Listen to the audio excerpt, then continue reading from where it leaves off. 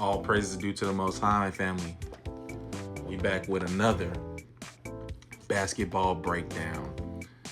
Go Spurs, go. Go Spurs, go. Go Spurs, go. Really quick, family. We're on the road to 100 YouTube subscribers. If you're watching this and not subscribed, help us out, family. It's free, and we appreciate it. It helps other people join the conversation and get involved. So we appreciate you for subscribing, family. Right into the game, family. I mean, this is the series we were all waiting on. And if you're a Thunder fan, of course you're upset at losing game one. If you're a Spurs fan, of course you're elated at winning game one. But this series is far from over. Although it has technically started. Remember, family, a series starts when the home team loses, right? That's when a series starts. So the Thunder are on the clock. They are on the clock. I just texted my boy, the Thunder cannot lose the next two games. In fact, for the Thunder to have a chance at winning the series, I think the Thunder have to win the next two games. If they don't win, let's say they win game two, family, right? Where that's also a possible path to victory for the Thunder. But that one win is a minimum. What I really think they need, because family, they've just lost home court. So if they win game two, the home court advantage still lies with San Antonio. In order for Thunder to regain their advantage, they have to win the next two games, or at least two of the next three games, right? But I think the Spurs are in great position. Victor Wembanyama, the leader, is looking like it. He's looking like it. What are we talking about, family? This is the best Western Conference debut since Wilt Chamberlain, I think I saw. Since Wilt Chamberlain, 40?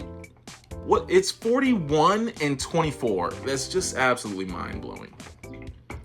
So let's all give Victor Wembanyama his flowers.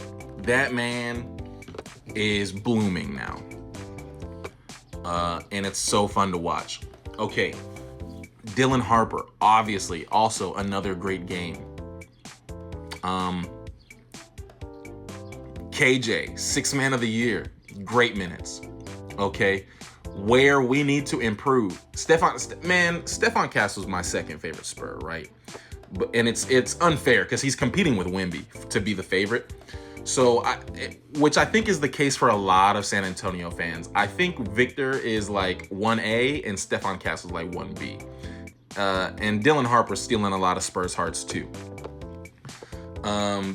That's just my assessment of it. But family, what we can, and I love Stephon Castle. I'm not going to beat him up, but he is our primary playmaker. He is one of the primary ball handlers. So double-digit turnovers, completely unacceptable. He knows that. And I think he'll get better. But family, this bodes well moving forward, right? Stephon Castle is going to play better in the series. Dylan Harper is going to play better in the series. Devin Vassell, I'm going to be honest with you guys, he hasn't had the greatest playoff run, but I love that his confidence hasn't diminished because he absolutely needs, like I said last series, family, Champagnie and Vassell have to have the most three-point attempts on the roster. Now, I think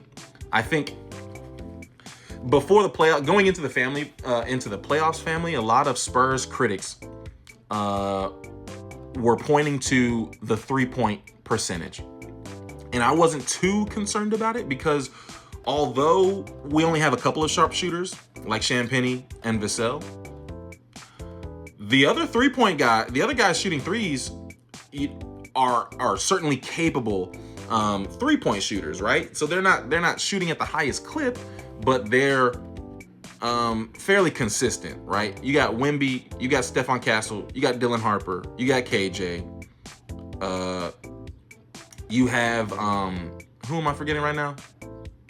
But anyway, family, these are all guys that you're not screaming, no, don't shoot the three. They're all capable. So with that being said, family, if you're not Champagny and Vassell, you should be taking notes from Wemby. If Wemby's not chunking it up for three, nobody should be chunking it up from three. And I get it. Wemby did a lot of damage inside. And so that kind of forced the rest of the team to have to play outside. And so I get it. But we need to strike that balance, family. We can't have 11 turnovers. We can't shoot 30% from three. It has to be closer to 40. I'm not asking for 40. It just has to be closer to 40 than it is to 30. But so with that being said, family, I think the Thunder have a very good chance at winning game 2 because I'm pointing to, family, our turnovers.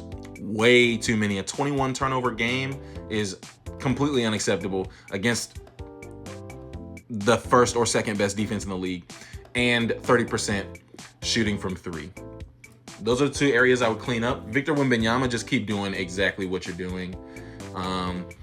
Family, the other thing that, I know the Thunder is not out of this fight because, family, the Spurs really did not pull away until the second overtime, right? So these are very young teams. They're going to have their legs under them. So it's going to be a fight down to the end. I do like that the Spurs were able to take over and close it out, specifically Victor Wembanyama. His only made three of this game was the deep logo Steph Curry-like three. In clutch time, family. In clutch time. A 7'5" player had 24 rebounds and had a clutch time almost 40-foot three-pointer. It was crazy. It was absolutely ridiculous. The Thunder. Okay, SGA is going to have a better game. Jalen Williams is back, and this may be his worst game of the series. And it was a very good game by J-Dub. I am glad J-Dub is back. I would prefer the Spurs beat the Thunder at full strength. J-Dub was missed, man. This is a guy who had a 40-point game in the finals, right? And he's definitely their second, or he's their first or second best. I don't know, man. The Thunder are deep defensively. You got Chet, you got Dort, you got J-Dub, and SGA's no slouch on the defensive end, family. I think this dude had like hella steals this game. He had 5 steals, SGA did, and 12 assists. Okay, so let me distill this, family. The Spurs are at advantage. So if we lose game 2, it's obviously not the end of the world. I think that we'll see a better outing from our role players, even though they did very well. This was very much a Victor Wembanyama and Dylan Harper show. We didn't even have De'Aaron Fox, which I don't know what the timeline is to get him back. He's not even like on the roster here, even as did not. Anyhow, family. But De'Aaron Fox, that is some comfort for the Spurs too if we get him later in the series. He's what's special about the Spurs guard, family, we've been talking about this all year, is the different variations in their play. De'Aaron Fox is going to beat you downhill. You're not faster than him. You're just not. Steph Castle thrives with physicality and contact, right? He loves making contact in the paint, and he thrives off of it. And then Dylan Harper, he's going to test your side to side, family. He's so shifty while maintaining forward progress. What's so special about Dylan Harper is he never stops going forward, and he tests you moving side to side the whole time, right? It's really so fun to watch.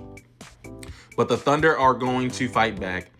Chet and SGA and the role guys are going to have a better game.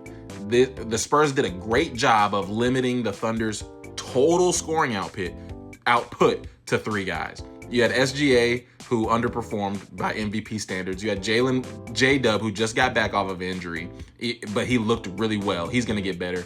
Alex Caruso had kind of like the game of his life. So the Thunder are going to bounce back. All praise is due to the Most High, family. Peace and love.